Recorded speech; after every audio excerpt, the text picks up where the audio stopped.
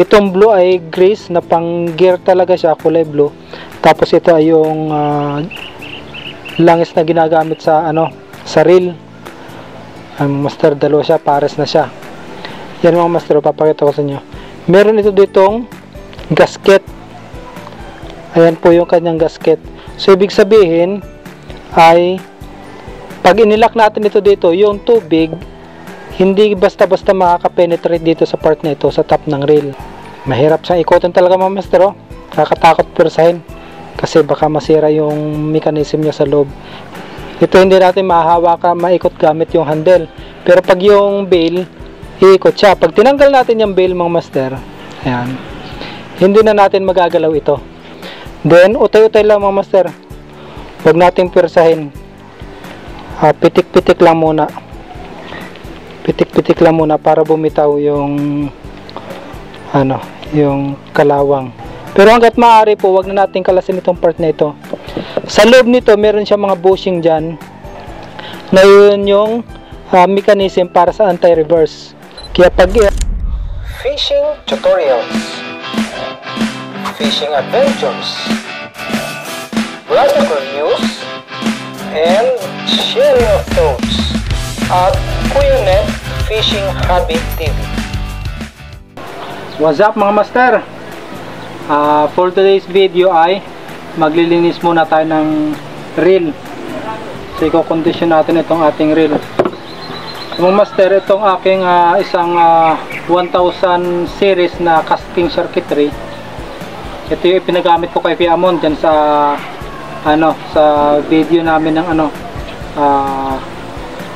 spot exploration sa Cagsiaydos, Mauban, Quezon. So pinagamit ko kay Kuya Amon ito dahil newbie si Kuya Amon, so hindi may iwasan na na mapalublob mga master, mabasa kasi medyo malakas yung alon nung kami ay pumunta sa dagat.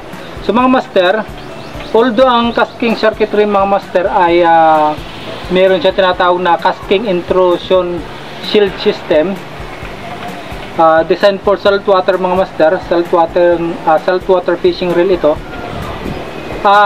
Hindi pa rin siya safe mga master, o hindi pa rin siya secured pagka hinayaan natin na mapalublob sa tubig dagat. Alam naman natin kung gaano kabagsik ang saltwater pagdating sa corrosion. So mga master, nagkakaproblema din siya. Kalpares nito, ito tiyak ay napalublob. Yan mga master, medyo siya, naglalak siya, hindi masyado siya naiikot. Yan, medyo matigas mga master. So pagka ganito po yung sistema ng ating reel, wag natin pwersahin. Kailangan na langisan kaagad natin. Medyo nag-stuck ito mga master. Kasi ang magandang kondisyon ng ating reel,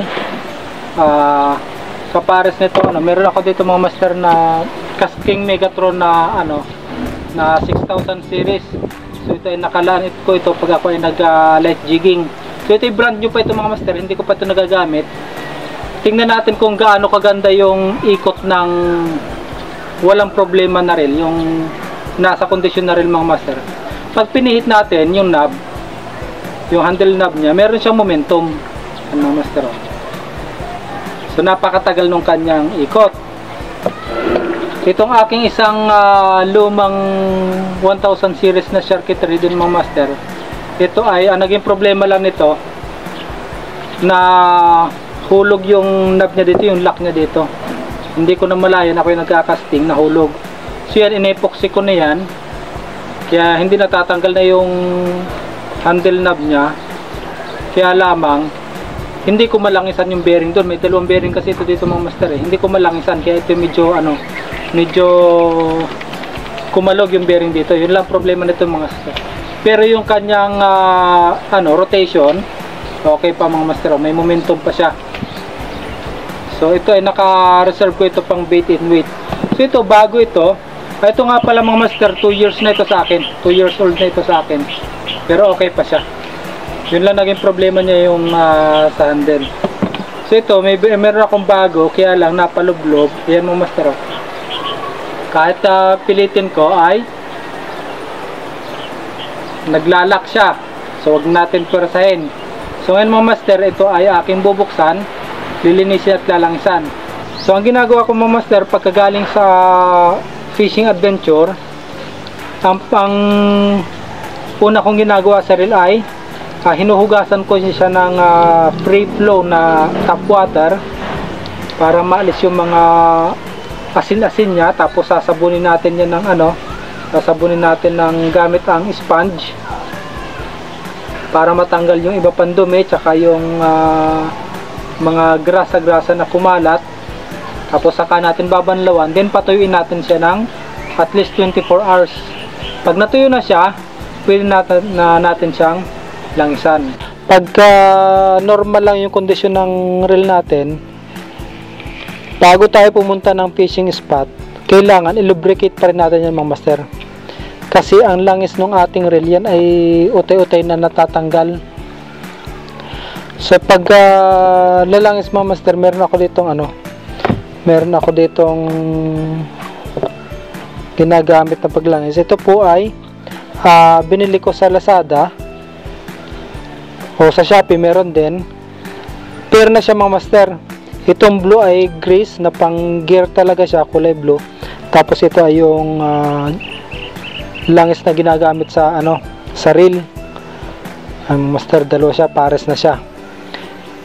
Tandaan natin, yung gear ay para yung grease ay para lang sa gear, tapos yung oil naman ay para sa bearing. Pero ito mga master ay naubos na yung laman nito. So nire-refill ko na lang ito nung langis ng motor, yung pang change oil natin. Kasi yung pang change oil natin, mataas ang viscosity nun. So napakalapot nun langis. Yun ang magandang gamitin po sa sa ating bearing ng reel. Kasi pag malapot yung langis, hindi ka agad kumakalas dun sa bearing, hindi ka agad natatanggal. So counting tip lang mga master sa pagpili ng lalo po sa mga newbie, sa pagpili natin ng reel, tingnan natin yung kanyang kanyang mga tawag nito, yung kanyang mga features. So since po ako na-discover ko ang KastKing brand, naging paborito ko na ito mga master. Kasi po sa spool pa lamang, dito sa lock ng ating spool head or spool top na lock nya, mapapansin natin yan mga master. Pag tinanggal natin, meron ito ditong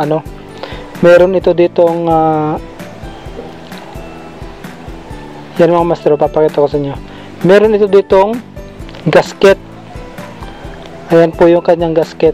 So ibig sabihin ay pag inilock natin ito dito, yung tubig hindi basta-basta makaka-penetrate dito sa part na ito, sa top ng reel. At lahat po ng KastKing na meron ako, like nitong KastKing Megatron, ayan, mapapansin natin mga master na pag kinalas natin siya, ito makapal yung nito makapal yung gasket nito, ayan so kapal ng kanyang gasket, kaya siguradong hindi mapapasok ng tubig dito sa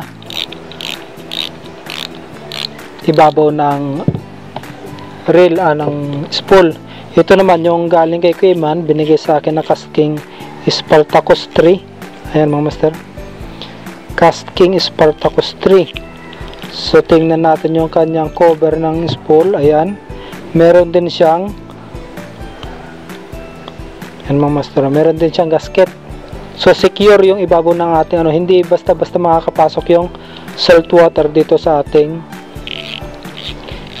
ibabaw ng spool. Kasi kaya po mahalaga yan mga master, pag tayo nagre-reel in ng line galing sa ating rod, siyempre yung ating line ay basa po ito, basa ng tubig.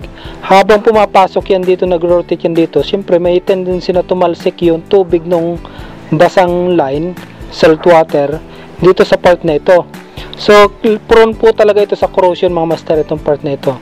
Makikita natin sa mga murang reel, yung mga una kong ginagamit, like nito, yung kaunahan kong ginagamit na reel, ito mga master, wala yan gasket.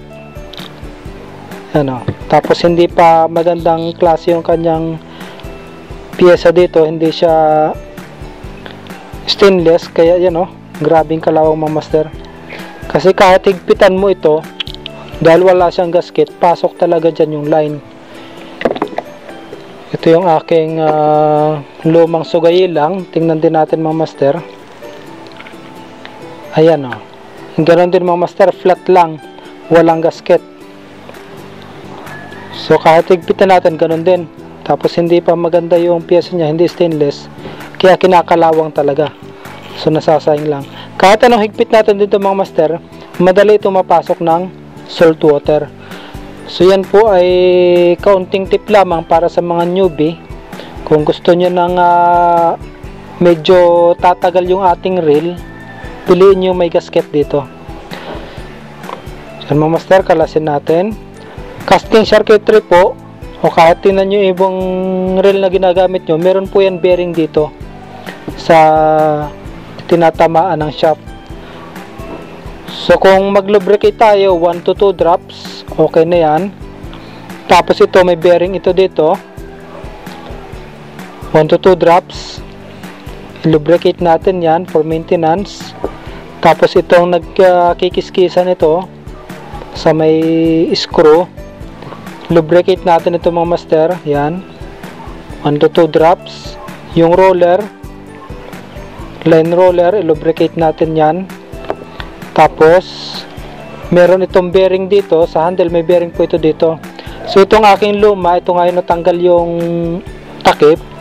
Ito po, pag kinalas natin ito dito, may bearing ito na dalawa dito. So pag ito ay mahina na kumakapit na rin, langisan na rin natin, kalasin natin ito, tapos langisan natin yung bearing dyan. Ginagawa ko naman, minsan pinapatakan ko na rin dito, baka sakali na pumasok yung oil dun sa loob. Tapos pag kinalas po natin yan, yung handle, meron din siyang bearing ito dito. So lubricate lang natin yan, kabilaan, mahigpit ito. So pag kinalas natin ito, same naman na hitsura yan, i-lubricate natin yon. Yun po ay pa-maintenance pagka condition naman yung ating reel. Pero pagkakapares nitong isa kong reel na ito na stock, ito ang susolusyonan natin mga master. So kabit ko lang ito. Ayan, mahirap siyang ikutin talaga mga master, oh. Kakatakot persahin kasi baka masira yung mechanism niya sa loob. Pero pag ito yung inikot natin, madali yan, smooth yan. So makikita natin yung diferensya kung bakit pag itong iniikot ay madali, pag itong handle ay hindi. So kalasin natin itong ano niya, knob niya, spool knob. Tan. So mga master, pagka naglilinis tayo magbubukas tayo ng reel, importante na meron tayong basahan para yung mga maliit na parts mapalaglag man dyan, hindi ka agad siya tatalsik. Mas maganda po meron tayong basahan. Tapos kung baguhan pa lang tayo, i-align natin yung mga kinakalas natin na piyesa para pagbabalik natin, alam natin yung pagkakasunod-sunod. So yun po, kinalas natin yung spool ng reel na ito. Meron pa ito ditong lock. Itong kulay itim, tinatanggal lang yan. Ano natin dito. Tapos matatanggal natin itong kanyang pampaingay. Tapos ito ay meron po ito ditong lock. Ito dati kinakalas ko iniikot ko ng plies. Hindi ko makalas, yun pala meron lock dito sa loob. Yan. Kaya po pag maglilinis tayo, lagi ako may perdeble. Kasama na yan. Pangtusok dito sa lock. Yun. So ito po yung lock mga master. Ayan, napakaliit niya. Kaya importante na may basahan. Pagka malaglag man siya dyan, hindi siya tatalsik na malayo. Yan. Natin doon. Mahuhugot na natin itong lock na yan. Tapos ito yung bearing mga master. Pwede natin i-lubricate siya dito ng pagka nakasa condition naman, papakan lang natin dyan kasi mayroong bearing dito. So pag brand nyo po yung ating, ito kasi meron itong lock dito mga master. Meron pong lock yung bearing yan dito, natanggal. Pagkakalas ko dati, natanggal siya. Ayan. Meron po siyang lock ng bearing doon. So kailangan natin ng maliit na screwdriver. So ito, nagbili ako ng isang set mga master para yung screwdriver natin ay sasakto dun sa size ng screw, hindi siya matatangos agad. Yan, ihanay lang natin doon. Tanggalin ko muna ito.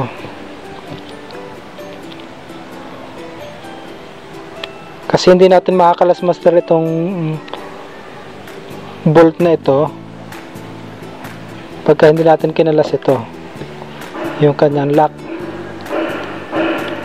Yan, makakalas na natin yon. Hanay lang natin. At ang isa importante, mga master, ito po ay sa Pilipinas, dito sa atin, kalimitan pag nagtatanggal tayo ng screw ay counterclockwise yung paluag, di ba? Pag paluag ay counterclockwise o pabalik. Pag pahigpit ay pakanan. Paluag ay pakaliwa. Pero dito po sa reel, hindi ko lang alam sa ibang klase ng reel, pero dito ay sa China made na reel ay ang paluag niya ay pakanan, clockwise. So ito po ay kailangan natin tandaan. Baka mabaliktad kayo, pipihitin nyo ng paluag na pakaliwa, yun po ay pahigpit. Ito ay dapat ay pakanan. Yan, pakanan yung kanyang paluag. Yan, mga master. May bearing po ito dito. May bearing ito dito na, yan, ang casting circuitry may bearing dito sa loob ng kanyang tornilyo. So kalasin na natin ito. Kinalas natin yung mga spool. Pakita ko lang, mga master. Ibalik muna natin. Ayun, meron dito itong washer, pang cover naman dun sa bearing dun. So ibalik ko lang, mga master. Titingnan natin.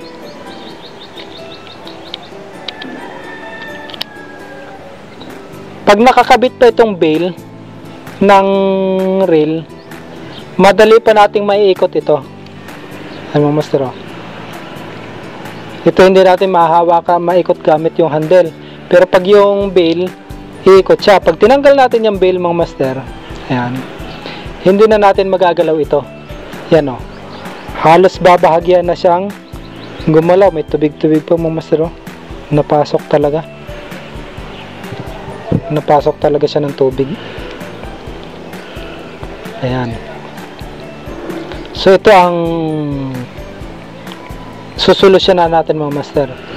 Pag in-reverse natin, madali siyang umikot pabalik. Ano, naikot siya pabalik. Pero pag paunahan, ayun, hirap siya. Nagagalaw natin pero hirap. So ito, ang gawin natin dito, mga master, ay gagamit tayo ng, dahil merong corrosion yan dyan, may kalawang yan dyan, gagamit tayo ng anti-rust lubricant. Panghugas lang, mga master. Hugasan lang natin siya. Kasi kalimitan dito dumadaan yung tubig, eh.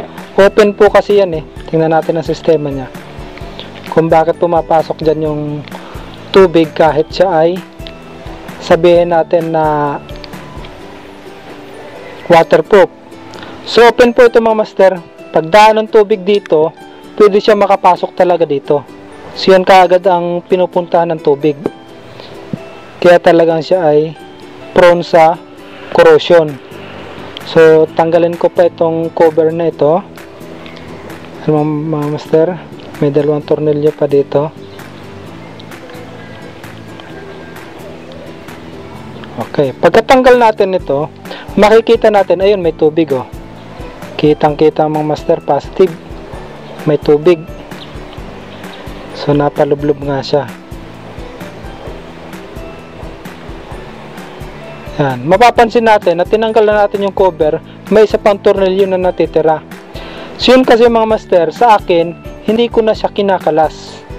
Lalo po sa mga newbie, ay huwag na natin kalasin ito, mga master, kasi ito ay napaka-komplikado po. Pag kinalas natin itong part na ito, pag pitik natin ito, tatalsik na yung anti-reverse spring niya dito. Mamaya titingnan po natin yun. So yan, linisin ko lang ito ng ng cotton buds para medyo ma sip-sip yung mga tubig na posibleng natitira pa.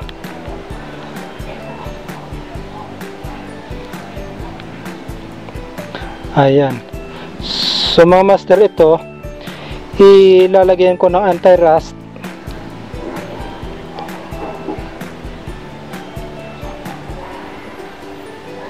Ayan, para makumalas yung kalawang sa bearing. Then utay-utay lang mga master, huwag nating persahin.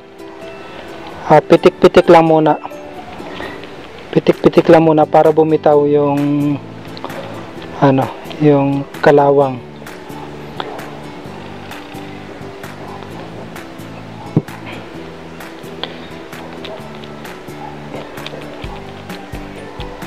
Ito pong anti-rust lubricant kasi mga master, ano siya, napakalabnaw niya, para lang siyang tubig. So kahit lagyan natin ng madami yan dyan, pag ginamit natin yung reel, ano din yan, tatalsik din yan mga master, kakalas din yan. Kaya walang problema kahit malagyan natin siya ng marami. Siya yung panghugas.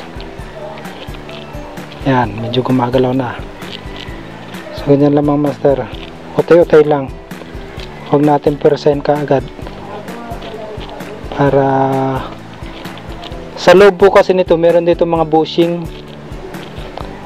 bushing bearing, hindi siya bilog, hindi siya ball bearing. So yun, kumalas na.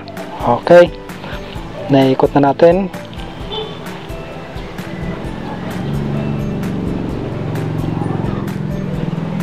Lagyan pa natin ng kaunti.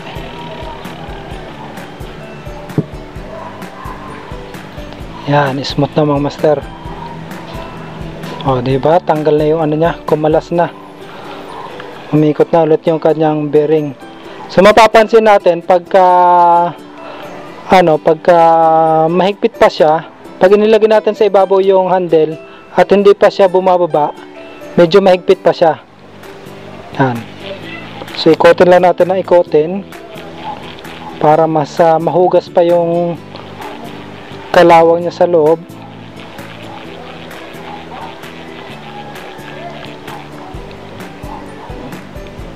Okay, yon mga master. Kusa nang bumababa yung, pag nilagay natin sa top yung handle, kusa na siyang bumababa. So smooth na siya.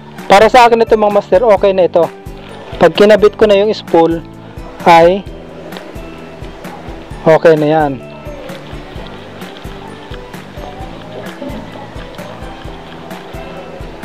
So yun, nilagay po natin na anti-rust lubricant mga master, malabnaw siya. Pag yan lang ang ginamit natin, although ang purpose niya itanggalin yung mga kalawang, pero hindi siya mag-stay ng matagal sa bearing natin, kasi siya parang tubig lamang.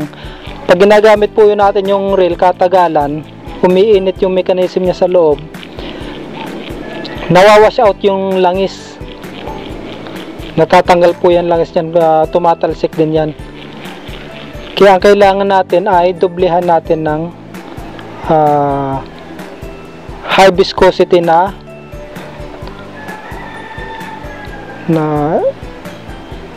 langis. Ayan. So yan po yung magkakapit dyan na matagal, mag-i-stay dyan na matagal, na pinaka-protection natin sa ating paggamit. So yan, mga master, smooth na siya, kusa na siyang bumabagsak. Pag nilagay ko sa top yung handle, kusa na siyang bumabagsak. So okay na po ito. So kakalasin ko lang ito mga master dito, itong tornilyo na ito, papakita ko lang sa inyo kung bakit siya hindi dapat kalasin, lalo ng mga newbie. Yan. Kaya po talaga may isa pang tornilyo na nakatira, yun ang purpose niya. Yan, tanggalin ko lang itong cover mga master, dahan-dahan, para hindi tumalsik yung spring. Okay, tanggalin muna natin yung bearing. Ayan, may bearing siya dito. Tapos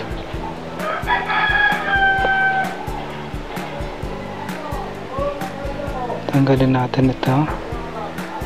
Ayan, Master, ito yung sinasabi ko na spring na pag tumalsik,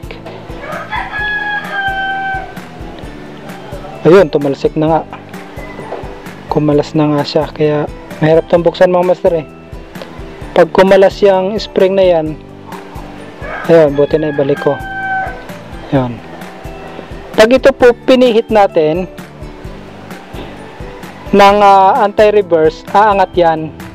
Yun, umangat na mga master. So pag umangat yon at tumalsik yung spring na yan, napakahirap na pong ibalik nyan. Napakahirap pong ibalik nyan. Ako yung nadala na magkalas nyan mga master. So huwag na natin kalasin yan. Lalo kung tayo ay kakaunti yung time, limited yung time natin na magkutingting, huwag po natin kalasin yan. Kasi napakahirap ibalik nyan. So ano na lang, isa na lang natin siya. Yan. Pero hanggat maaari po, huwag na natin kalasin itong part na ito.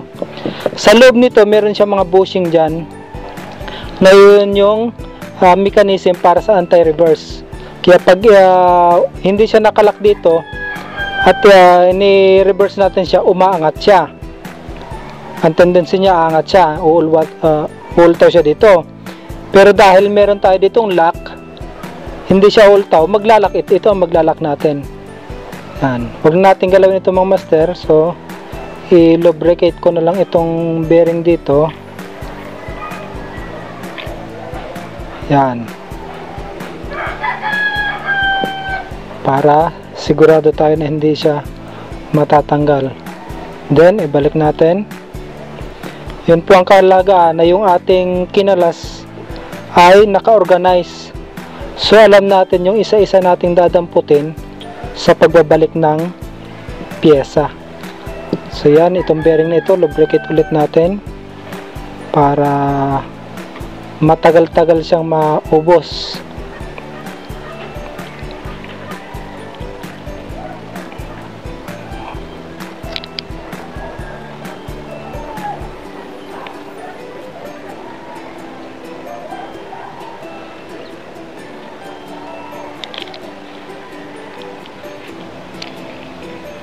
Okay, yan mga master. Kanina hindi siya naiikot or wala siyang momentum, pero ngayon may momentum na siya, so smooth na yung kanyang rotation.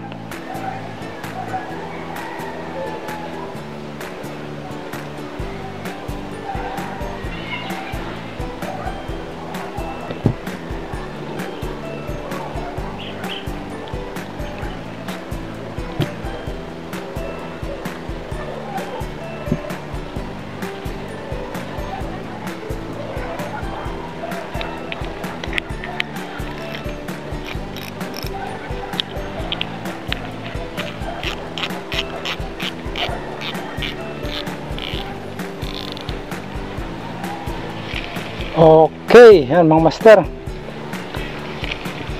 very smooth na siya. Kung mapapansin nyo, yung momentum niya ay napaka smooth na.